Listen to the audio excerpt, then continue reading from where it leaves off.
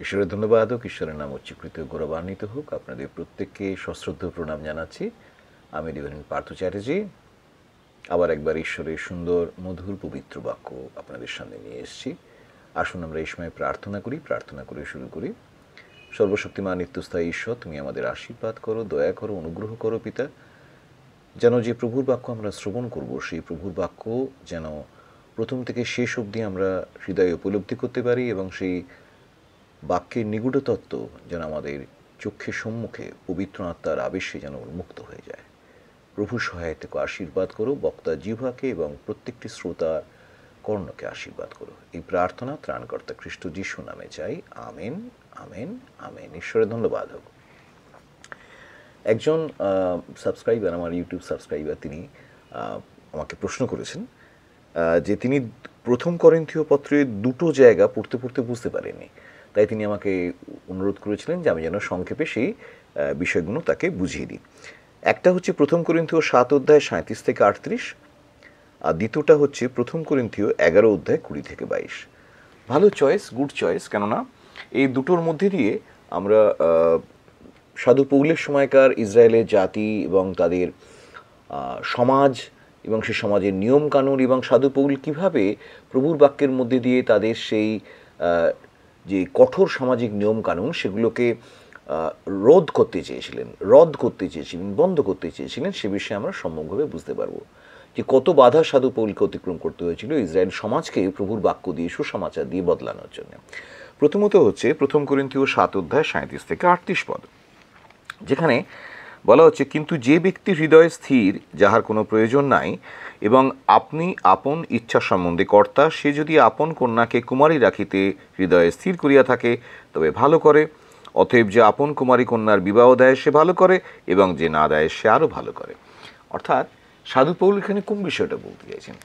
সেই যুগে জিহুদিরা বা জিহুদি অধ্যক্ষরা, সমাজ অধ্যক্ষরা, তারা এই মহিলাদের বিয়ে করার বিষয়টাকে তারা ভীষণ অগ্রাধিকার দিত এবং অনেক সময় তারা এরকম প্রচার করতো যে যদি কোনো মহিলা অবিবাহিত অবস্থায়, কুমারী অবস্থায় মারা যায় তাহলে তার কখনোই স্বর্গে যাবে না সে, বা ঈশ্বরের কাছে গিয়ে পৌঁছাবে না, তার আত্মার সদ্গতি হবে না, ইত্যাদি ইত্যাদি।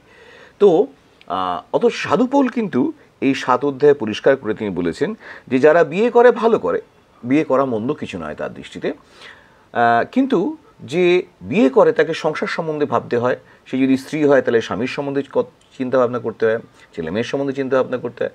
যদি স্বামী হয় তাহলে স্ত্রীর সম্বন্ধে, ছেলে মেয়েদের সম্বন্ধে চিন্তাভাবনা করতে হয়।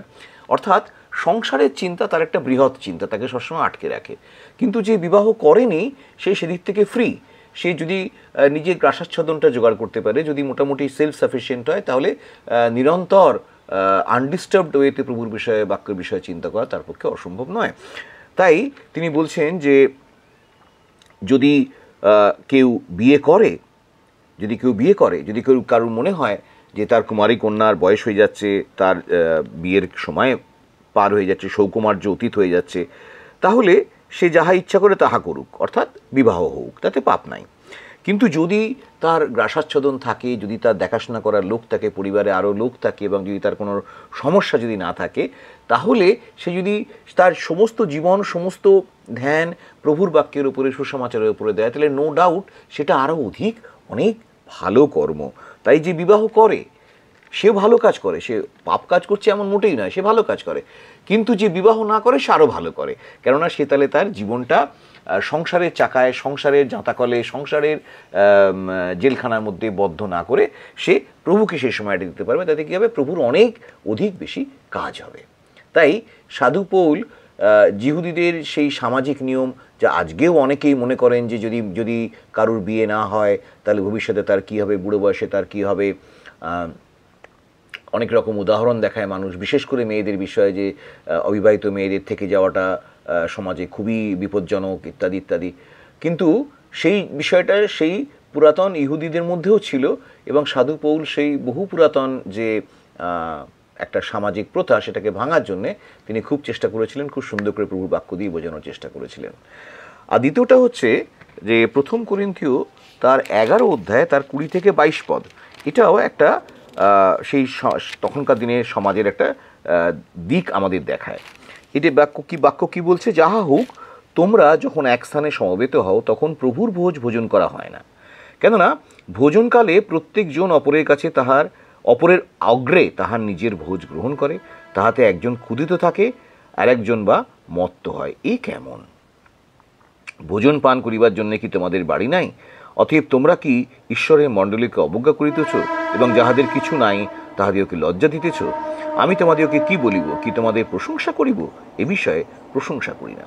অর্থাৎ আজকের যুগে, বলতে খারাপ লাগে, আজকের যুগে যখন মণ্ডলীতে যখন কোনো অনুষ্ঠান হয় এবং সেখানে অনুষ্ঠানের পরে যখন সেই খাবার দেওয়া হয়, মণ্ডলী থেকে ফ্রি খাবার দেওয়া হয় বা খুব অল্প কিছু পয়সা নিয়ে খাবার দেওয়া হয়, তখন দেখা যায় যে মানুষ যত না বেশি সেই অনুষ্ঠানটাতে যোগদান করে সেটাকে শেষ করাতে আগ্রহী, তত শেষ না হতে হতে কীভাবে খাবারের জায়গায় দৌড়ে যাবে তাতে বেশি আগ্রহী।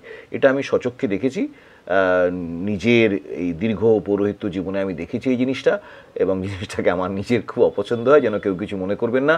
হ্যাঁ, সেই প্যাকেট নেবার জন্য কাড়াকাড়ি, পিকনিকে গিয়ে ব্রেকফাস্ট খাবার জন্য, লাঞ্চ খাবার জন্য আগে আগে দৌড়ে দৌড়ে কাড়াকাড়ি, কে কোথায় আগে বসবে, কে কোথায় আগে খাবারের জায়গায় গিয়ে উপস্থিত হবে, কাকে কে সব কিছু সেরে অতি দ্রুত বাড়ি ফিরিয়ে যেতে পারবে, এই সব চিন্তা নিয়ে মানুষ ব্যস্ত।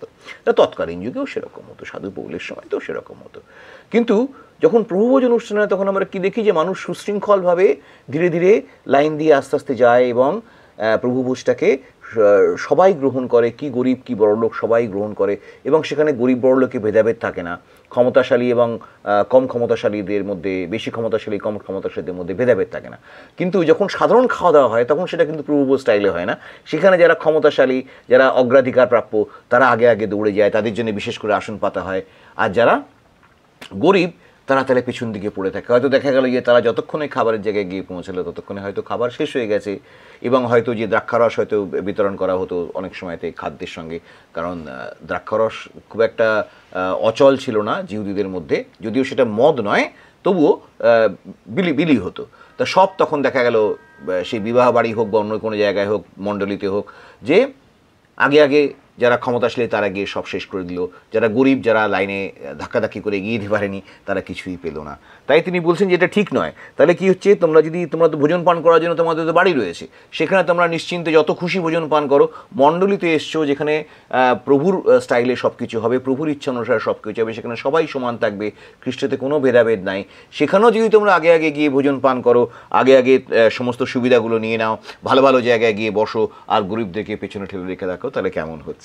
তাই তৎকালীন যুগে, এখনকার যুগেও যেসব সামাজিক ডিসক্রিমিনেশনসগুলো, প্রবলেমগুলো রয়েছে, তৎকালীন যুগেও ছিল, সাধু পুরুষ সেগুলো ফেস করেছিলেন এবং সেগুলোকে তিনি সলভ করার চেষ্টা করেছেন প্রভুর বাক্যের মধ্যে দিয়ে, সুসমাচারের মধ্যে দিয়ে, খ্রিস্টীয় উদাহরণের মধ্যে দিয়ে তিনি সলভ করার চেষ্টা করেছেন। এই হচ্ছে এই দুটি পদের ব্যাখ্যা। ঈশ্বরের ধন্যবাদ হোক, ঈশ্বর আপনাদের আশীর্বাদ করুন। যদি এই বাইবেল ব্যাখ্যা, এই ভিডিওটা যদি আপনার ভালো লাগে তাহলে দয়া করে আমার ইউটিউব চ্যানেলটাকে সাবস্ক্রাইব করবেন এবং বেল আইকনটাকে প্রেস করে রেখে দেবেন, যাতে আমার তৈরি করা প্রত্যেকটি এরকম ভিডিও আপনাদের কাছে সর্বাগ্রে গিয়ে পৌঁছায় এবং প্রভুর বাক্যে যেন আপনারা তৃপ্ত হন এবং আমার প্রচেষ্টা যেন সার্থক হয়। ঈশ্বরের ধন্যবাদ হোক, ঈশ্বরের নাম উচ্চকিত গৌরবান্বিত হোক। আমিন, আমিন, আমিন।